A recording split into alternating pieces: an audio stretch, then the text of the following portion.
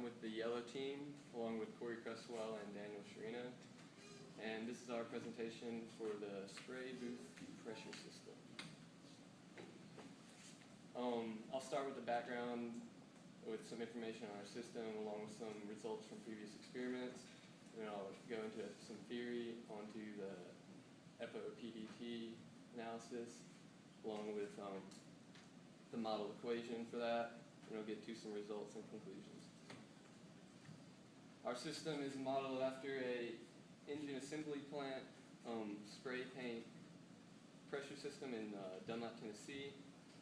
Air goes into a variable speed blower, B205, pushes the air into the 3 different booths. Not all the booths are operated at once at all times. They're controlled by solenoid operated dampers, and for the purpose of our experiments, we kept our dampers open at all times. This is a input-output block diagram for our system.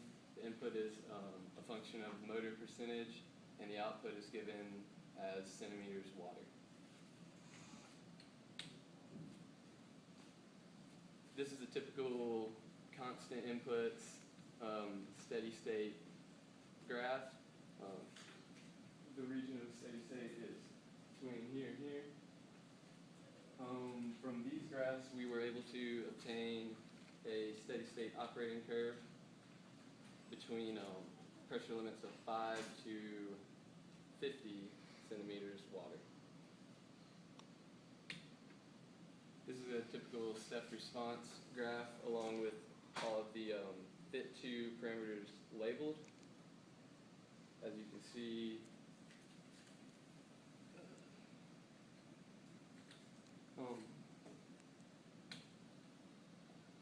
some objectives of our FOPDT analysis are to learn how to model dynamic systems with Excel and to observe the impact of parameter values on the dynamic response. For this FOPDT analysis, we were given inputs of, we put in an input baseline, an input step in terms of percentage. We told the experiment when the step occurs, and we also inputted the entire time of the experiment. From this, we were able to obtain the dead time in seconds, the gain in centimeters water per percent, and the time constant in seconds. For the FOPDT analysis, this is a general model equation and some typical parameters from one of our experiments. And you can use these parameters to come up with an equation for any analysis you want. This is some results from our FOPDT model analysis. The yellow line is the actual step output, and the green dotted line is the modeled output. As you can see, we got it to model the function very accurately, followed pretty well. This is a typical graph for a step down, and it also models the function pretty well.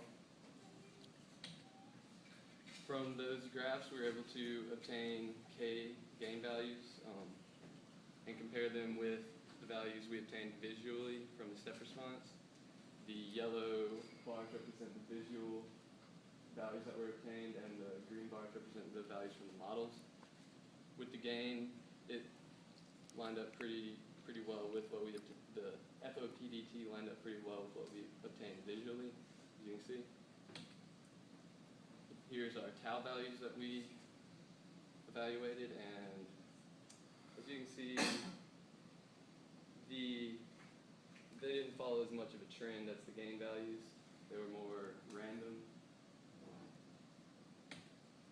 And here are our dead time values that we got, and they didn't follow as much of a trend either.